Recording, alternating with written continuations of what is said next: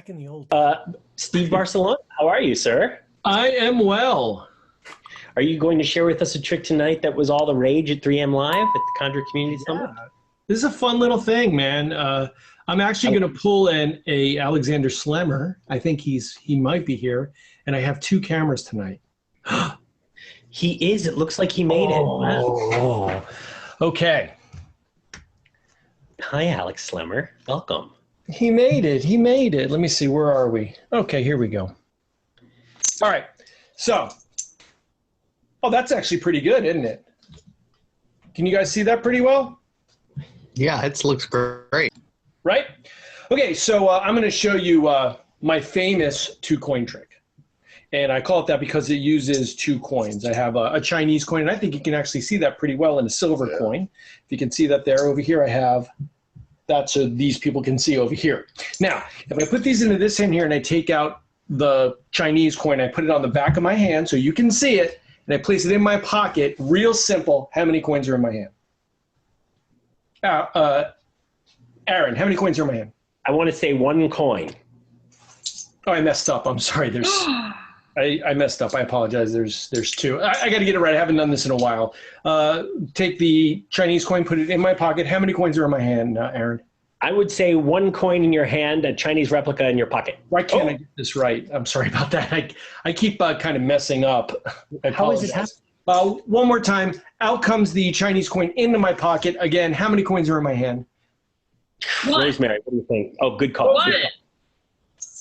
Okay. No! This isn't working out like I had planned. Let's change it up and take out the silver coin this time. Place it into my pocket. Rosemary, how many coins are in my hand? One. Maybe we'll do a card trick. Would that be better if we go to a card trick, something like that? Wizardry. Oh. Steve, that is so wonderful. That couldn't get any more practical. That couldn't get any more usable, real world, ready to go. Yeah, I broke my own rule there and I went one phase too many. But it doesn't matter. You know, it literally doesn't matter. It's such a great trick. It's always in my pocket. It's one of those things I learned so long ago, and I just never stopped doing it. I mean, it just literally comes down to I just never stopped. So Can't originally stop, won't stop. What's that? I'm so sorry. It's absolutely nothing. Please continue. You're doing so great. Rosemary has Tourette syndrome. I would appreciate that. My nickname is Tourette's. That's what my friends call me. So it actually comes from a Carl Andrews VHS. That's how old it is. But I've completely changed the handling on it because I don't like, he teaches it using a classic palm. So when you're transferring the coins, he holds that coin back in a classic palm. And it's just not a comfortable palm for me. It's not something I like. So I do it with a finger palm. I think it makes it look way more natural. And then I got a couple little touches on it. So let me take you through it real quick. So what you need is, you need 3 coins. Let me see, where's my camera? Here it is. Whoa! There it is, 3 coins. So I have 2 coins. Usually I do coppers and a silver. Tonight I grabbed 2 fake Chinese coins, like I doubt you can spend these in China, and a silver, okay? So they live in this pocket here, and I'm gonna give another plug to this because everyone talked about this at 3M. This is a little thing I got from Kainoa Harbottle. It's called the PMS, Pocket Management System. And the big thing about this trick was stopping the coins from talking when you put them in your pocket. That's the biggest thing. Because when you go to your pocket, if they talk, then it ruins everything, right? Because people know it's called the PMS. It is the Pocket Management System. That is correct. Just checking. Okay. That's it, the PMS. That is right. I didn't name it. It just worked. But you shared it with us, and that's enough. How long have you had PMS? I've had the PMS for over a year. Yeah. And I've enjoyed it. I've actually enjoyed it, which is How often do you have the PMS? I carry it with me all the time. Right. I'm permanently PMS. We have certainly wrung as much as it's in there out of that. Okay, so pocket and so we come out of our pocket with the 3 coins, and I just hold back, and sometimes I even look and hold back one coin in this hand like that in finger palm. Okay? And then I want to have the the duplicate coin in finger palm in the other hand. Now, here's the thing. I am pretty comfortable holding out in like a Ramsey subtlety kind of thing. I think touching that pinky right there really, instead of doing this, I think letting that pinky touch also allows you to point very naturally. But here's the thing, it's tension is the thing. If you're holding out like this, you can see that tension across the internet, right? I mean, you could see that I'm like holding out. But if you're just lackadaisically holding out, look, I mean, it's just like, you know, loosey-goosey, no one's even going to look at the other hand. Plus, they have no reason to suspect there's another coin in play. So I'm holding out here, and I'll say, I'm going to show you my 2-coin trick. It uses 2 coins. And it's real important that you want to show the coins to these people over here. So you don't want to just throw it over to the other hand. You want to have a reason to do that. And the reason is to show the coins to these people here. So you have the 2 coins. You shuttle pass them over and you show them over there. As you kind of stand up and this hand just kind of swings and I'm holding out here now. Right? So they look at the 2 coins, and the beauty of this is there's no gimmick coins. When I extend my hand like this, if someone wants to pick one up, okay, we're just waiting now till you give it back to me, you know? There's nothing, you know, there's nothing to worry about. When it comes time to bring them back, I just put them back under my hand like this. Now, of course, it works a lot easier if I do it at speed. And so what happens now is I know the coin next to my hand is going to be the duplicate coin, or in this situation, the Chinese coin. So then I'll take that out of my hand and I'll hold it on the back of my hand just for a second. I'll say, if I take the Chinese coin and put it in my pocket, how many coins are in my hand? Now, here's the thing. You don't take your hand out of your pocket. Okay? Because if you take your hand out of your pocket and you're holding out now and someone says, what's in your other hand? Which, I mean, it could happen. It hasn't happened in a while, but maybe that's because I never take this hand out. Because if they were to say nothing, if they were to say, what's in your other hand? You go, nothing. And then we just go to the end. Okay? Which I'll get to in a second. But generally, if I'm just holding it here, I put this coin in my pocket and I say, how many coins are in my hand? Rosemary, how many coins are in my hand? 1.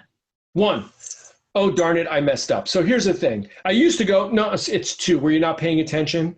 And so I changed that away kind of a while ago. I kind of flopped back and forth because I did it one way for so long. But generally, my philosophy is I don't like to put it on the spectator that they made a mistake. I like to put it on that I made a mistake. So generally, as that coin comes back, I go, oh, I screwed up. I'm sorry. There's still 2 there. It's still the same 2 you saw over here. Okay? That's so awesome. Because then it makes it on me instead of on you. Way better. Right? Way better. So then I put these back, and again, I go, let's try it again. I'll take out the Chinese coin again. And because it'll be the one next to my hand, on the inside of my hand, next to my fingers, it's always easy to pull it out and know that's what that's going to be. And I'll say, I put this in my hand, and we're going to go for another phase and say, how many coins are in my hand, Rosemary? 1. You know, I can't get this right. I apologize. I practiced it at home and went really well. I'm sorry. Let's do it one more time. Chinese coin into my pocket. How many coins are in my hand? Now you notice I pulled my hand out because I ditched. Okay, so now I ditched and it's there. Rosemary, how many coins? You'll say 1. You'll say 2. It doesn't matter what you say. And then you're like, darn it, this was worked really well. Now I'm going to actually shuttle the 2 coins over, but try to make it look the same as I did before. And the nice thing about this is I always have the Chinese coin or whatever coin is the duplicate in finger palm. You're finger palming the same coin every time. So there's nothing to think about. There's no switching. It's just very straightforward. This time I'm now going to hold back in this hand the Chinese coin and just throw over the silver coin and say, let's do it different this time. And I like this move here because you can hold out in a Ramsey subtlety and go, let's do something different.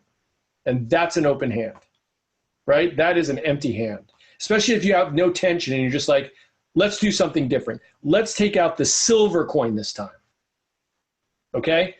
And I take the silver coin and put it in my pocket. And this is where the PMS comes in handy because I have so many little pockets there. Boom, I just put it in those pockets. It didn't clink. I go, how many are in there? And you're like, boom, none, right? You're like, well, let's do a card trick. How about a card? You like card tricks? Or somebody buy me a beer. I'm getting tired. You know, whatever you say. So that is in general. I have one more coin here. Now the other. Marvelous. Pardon me. Marvelous. The one thing, the little tip I want to give you is, the first time we do it, we're going to throw the coins over, holding out here. I've got it in finger palm. They all three go over. I take out one. This is phase one. It goes into my pocket. Okay? Now, if right now I said, Rosemary, how many coins are in my hand? And you go 2, the trick is over at this point. I'm going to ditch the single coin in my hand, come out empty, and go, yeah, you're really good. You must have seen this before. I'm just going to fast forward to the end. Because if she's not saying 1, okay, she already either has seen this trick, knows what's happening, or she's not playing along with me. And so I have to change the script. Hate that girl. Right? I have to change the script. And I go, yeah, you're right. It's 2. Wow, you're a lot smarter than most of the people I show this trick to. And that'll get a laugh or something. And I go, okay, let's do it different. This time I'm going to take out the silver coin. Okay? Rosemary, how many coins now are in my pocket, in my hand? And she says, 1, 2, whatever. Let's do a card trick. That would be a lot better. Right? And so what's happened is, though she thought she was ahead of me, and I'm only saying she because, I'm using Rosemary as my spectator. But what's happening is I am listening to what she's saying and reacting to it and changing my routine accordingly so that I am still ahead of her thinking. Not necessarily one ahead, but ahead of her thinking. And Steve, I really like that you said, you're really picking this up quick when you have to fast forward, rather than any other less kind thing that you could say to a spectator of that sort. God, yeah. Why are you saying? I think that there is a certain amount of inertia we all have to break in doing magic. A lot of people have a lot of thoughts about what magic is and what it should be, or that really, we are really held to account. Steve, you should tilt your screen up so we can see your face. Let me sit down for a second. I'll switch back for a second. Hold on. I'm going to pull an Alexander Schlemmer here and go back to this camera. All right. So I think we are being held to account by the last magician they saw. Okay? And so if they saw, Aaron Fisher and you're doing a card trick, you're probably in an uphill battle. Okay? But if they saw Uncle Bob who does the 1 coin trick from behind the ear, you're probably, one up on them. Right? So that's kind of like the general thing. So I like to have the script loose. So if you're in my script, then we're going to go the way it goes. But if you're not, I'm going to switch it and go right to the end. Steve, remember how Sean was saying that he found out David Williamson likes to do the 2 surprise method for not 2 surprise method, but the 2 card trick when he's got a challenge situation? Right. Just 2 evil, nasty surprises, and there's no way out. There's no wiggle room. There's no, extended sequence for them to mess with. It's just, yeah. That's it, right? And so it's a total, like you said, tempo changer. Well, what basically happens here is if anyone starts to mess with your tempo in the slightest, you immediately shift directly to a very similar structured routine. Mm-hmm.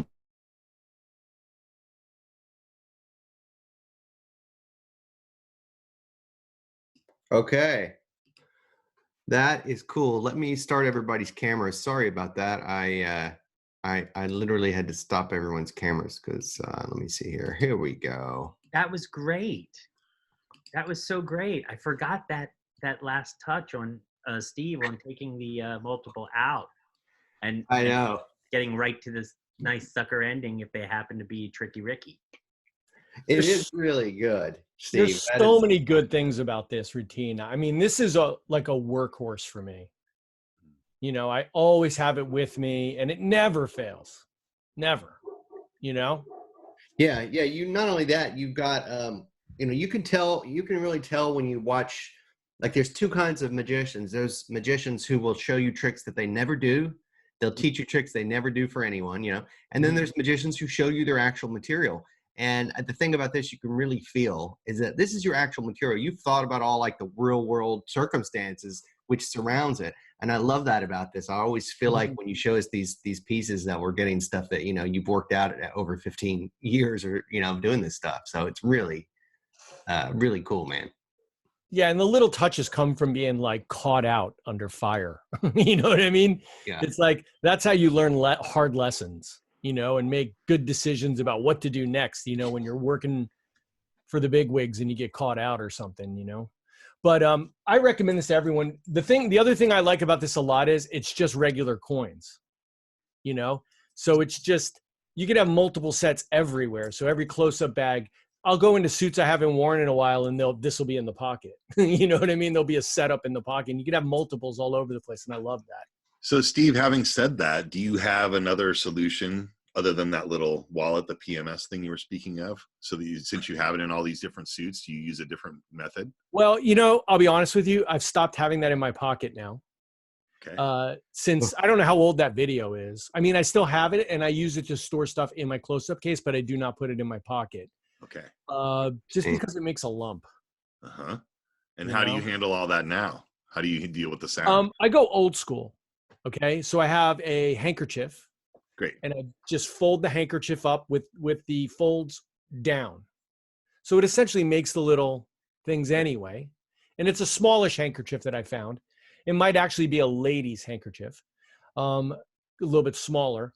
And then I just have that in my pocket and then I just shove it into the folds and then that stops it. And it doesn't, I was carrying a lot of extra stuff in that PMS holder that I never used. Okay. Like I had a set of Morgans for that thing I did. I do a Troy Hoosier routine. I had a different set for that in there. And I just decided, you know what, I'm not even doing these things. I'm just carrying them around. So we got to tighten it up, Mm-hmm. Before you did this routine, did you do the classic hopping half, gaffed hopping half version? Well, I used to work in a magic store, when I was probably 15 to maybe 19 or 20. Right. And so I had a hopping half routine there. It was in a flea market with like tons of raw layman traffic, and the hopping half for a while was my come on to get people to step up and buy a ball and base or something, That's funny. You know what I mean? That was like my thing. Yeah. So did you break in this routine there to keep yourself occupied, or was it after? No, this came much later than that. And I'm just always looking for economy, right? So I have another 2-coin routine, like a Troy Hoosier 2-coin that these 2 coins will work for. And then I have a 1-coin routine. So that means if I carry 3 coins, I have 3 coin routines, and that is way more than enough. That's right. And then I have a deck, I have that, and a few other assorted things that I think I've, showed around quite a bit. And those things are just, economy of motion. Steve, I really think that routine is so perfect. It's like the simplest. I would carry that around with me every day too. I think I might actually start carrying it around with me every day too. I gotta say too, I love the classic gaffed hopping half. Like it is one of my favorites. And I never worked in a magic shop. I think might be the only one here today. Sean, did you ever work in a magic shop? Kind of. I did like some of their events behind there. Like I didn't work like a steady gig there. Right. Okay. Well, I take that back. I worked one day at the Hollywood Magic and they didn't invite me back. So not sure to this day, I'm not sure what I did wrong, but They had livestock, that might have been your downfall. It might have. Yeah, it might have. But the thing about the I think, when we talk about the classic hopping half, the thing about it that attracts people to the gaff version, and the reason why I think we always talk about it when you're getting into magic is because of, it's sort of like is the ultimate gaff set too. You get a copper shell, you get a $50 shell, you get a sun and moon coin. So there's like it's almost like it is a great starter kit for. Yeah, it's versatile. It really is. Yeah, it is. But the thing about, that I love about this is that with this routine, you could borrow, if you had to do it this way, you could borrow a handful of change and you could use a quarter and a nickel if you needed to, or 2 nickels, You could use 3 quarters to do this. The coins don't necessarily have to be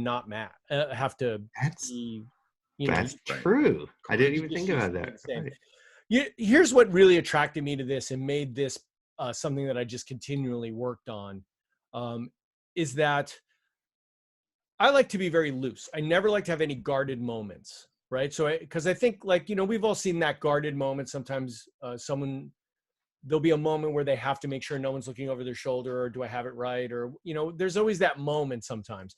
And what I like about this is when you extend these coins out like this, and you're just like that, if someone picked that up, you don't even have to flinch, right?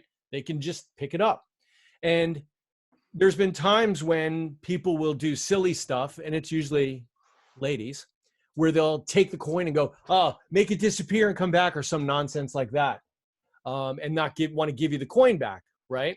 So what I do in those situations, I just move into my 2-coin routine it's like a Troy Hoosier handling of a 2-coin routine. I just move right into that because they have no idea what I was going to do anyway.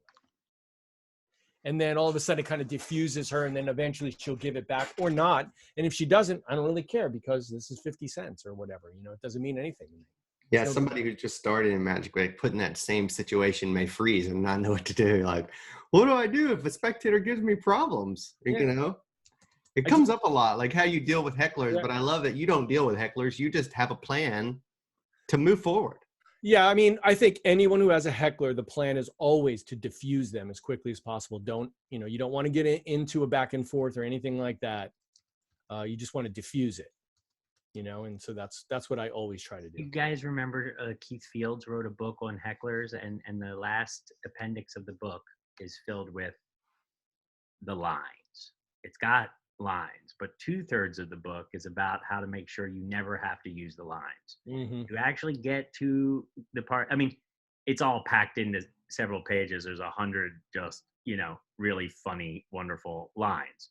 But the entirety of the book is about how you should never, ever end up using those lines, because there's about 1,000 things that can happen before you're ever brought to the point where you actually say something that actually, you know, because if you get it wrong, if you go too early, we've all done it. We've all done it. We've all had that line at the ready. We got beat up one night by the audience. We vowed that would never happen again. So we loaded a couple silver bullets into our pack.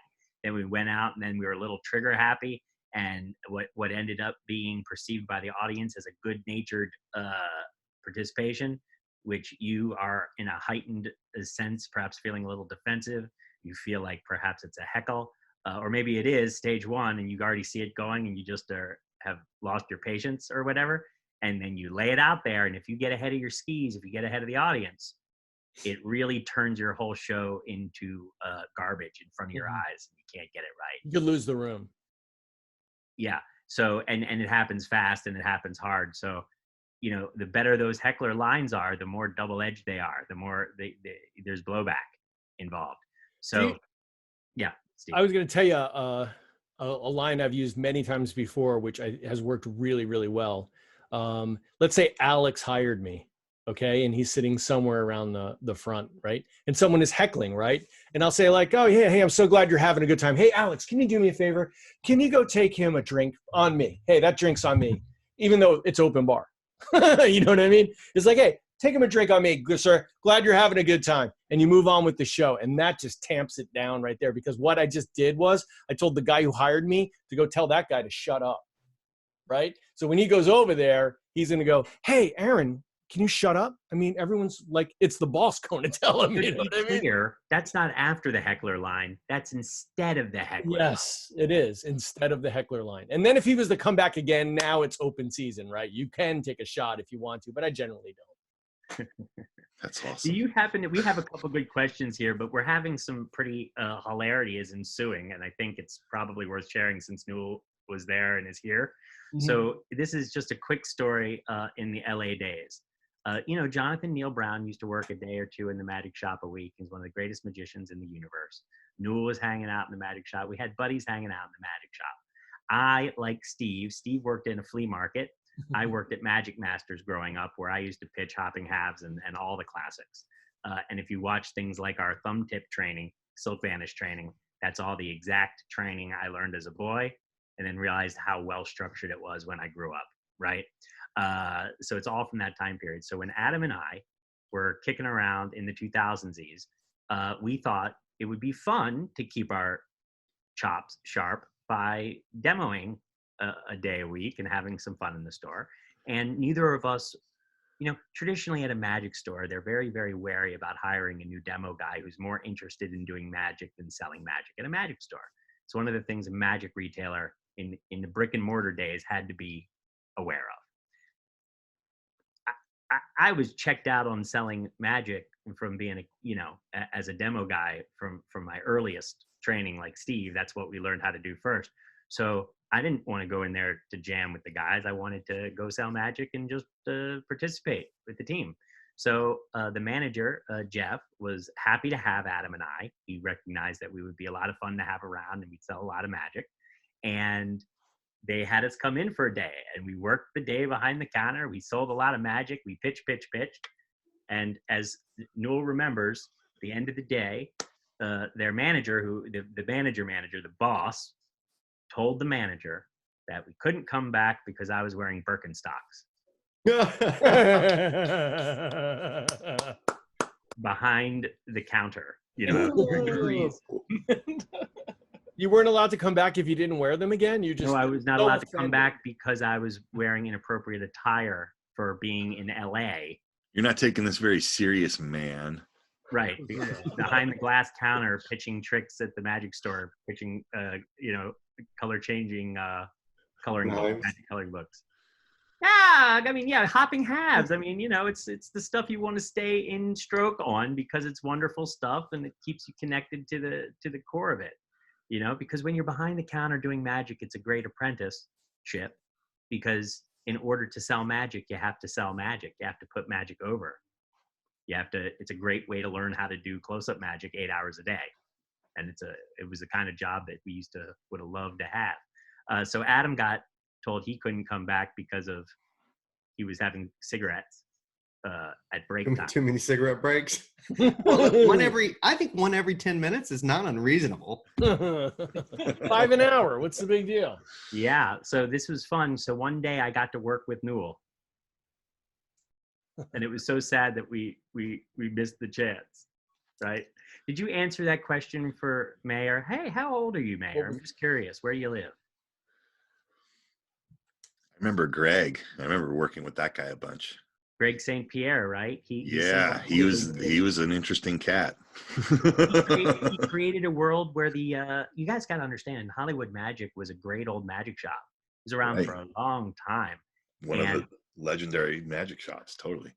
We didn't stop being friends, Newell, of course, and that's why we were friends. And when Newell joined the club, it was such a treat for us all because I knew that the members would have a chance to have access to Newell's big brain, which had been, not only one of my secret weapons, being a buddy of Newell's, but a lot of people's secret weapons. But Greg St. Pierre took that Hollywood magic, which I think belonged to his dad, who loved the business, I think. Right. And basically created, with the environment he put into that store, the entire possibility for Hollywood's Magic Apple to be in existence. Because Hollywood Magic was a place where you weren't allowed to hang out, you weren't allowed to shoot the bull with the guys and do what magic stores do. And so all Brent Gareth had to do in North Hollywood was allow magicians to be welcome at the store, right? And, unlike the Magic Castle, where you have to pay membership and dress up in a tie, and unlike Hollywood Magic, which had this magicians in the store are considered loitering policy, made it possible for there to be a flourishing magic community in the new magic shop over the hill there in Los Angeles. Absolutely astonishing. Steve, I legitimately think I remember people had put together ungaffed hopping halves in the day. I remember Jamie Swiss had an ungaffed hopping half in the day. And I don't remember how it works, but I just know with certitude that the method that you have taught is exponentially easier, more practical, more elegant. Maybe Sean remembers the other one that I'm talking about and can agree with me. I'm sure of it, though. There's not a chance. This is streamlined. It's so good. I'm going to put it in my pocket and carry it around instead of whatever shenanigans I've been kicking around with my silver dollars for months. I think I like this better. I think it's just so good. It's just a real working man's effect too, It's a bit like, have you noticed that a lot of these magic tricks, there's very similar plots across all of the props, right? So there's a trick called the homing card or the 6-card repeat, where you've got 6 cards, you take 3 away, and now there's 6 cards. Or you have the homing card is where you have 5 cards. We can see Caps do it. Maybe one day we'll have a watch party and watch Caps do the homing card, where you've got the 5 cards, you take 1 away, and now you still have the 5 cards.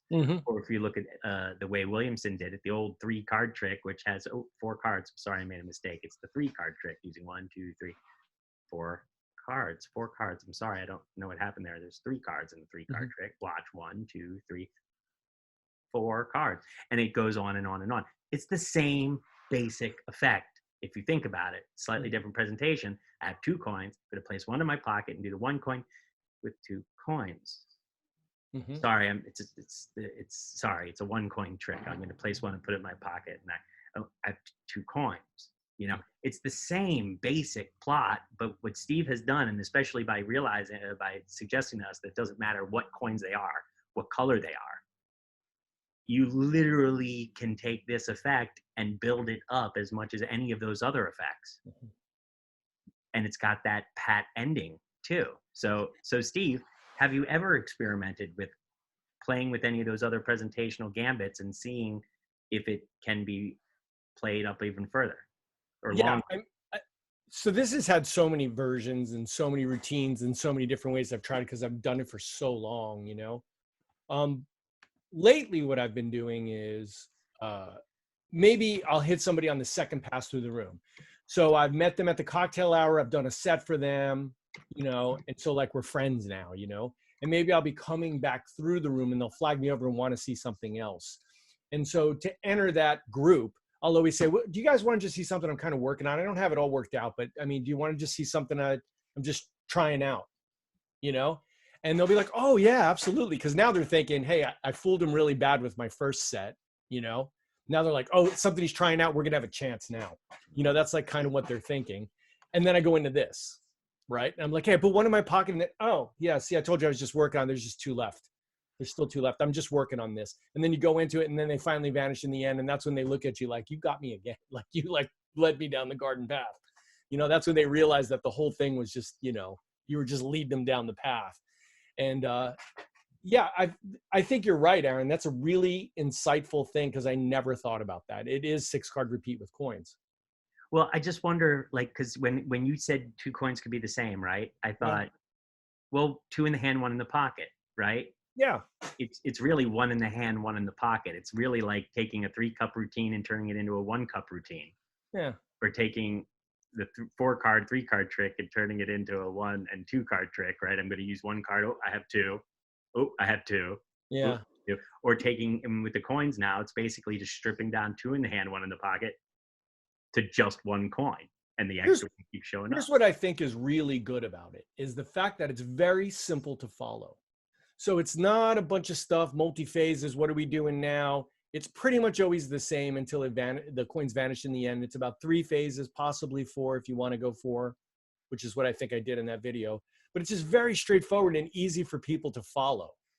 And I think that's what makes it so strong in the end, because they feel like they're with you, the whole way. And then boom, you hit them in the end with nothing in your hand. And sometimes I will come out with a deck right there. So what I'll do is I've been doing that. I don't know, I did that. I've been working on that kind of on and off. But what'll happen is I'll have the hand out, or I kind of steal it from my left back pocket, and then I'm just kind of palming it down. Like, I don't have a box here, but I'm just kind of palming the deck down, and I'm wearing a sport coat. And sometimes I also deliver it down the sleeve of the sport coat. But at any rate, when I'll just turn it over, and there'll just be a deck of cards in a box in my hand. Hey, let's just do a card trick. And that's coming from nowhere. And that's pretty good. But what that doesn't do is it doesn't allow you to just end there and move out and move on. Right? Because now you have to go into the card trick. So I don't really do that all the time, because sometimes I like to just hit them with that and go, hey man, those folks have been calling me for half an hour. I got to jump over there. Steve, this particular trick, yesterday we were talking about deck switches.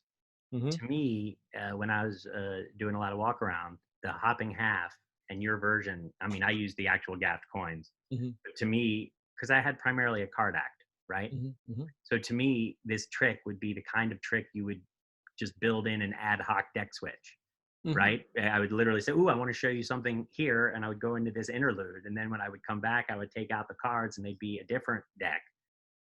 Again, you could pull them out of a different pocket at the end of that trick. No one's going to realize what pocket they come out of, and so you have a perfect misdirection-based Perfect deck switch, which requires no planning, no effort, no thought.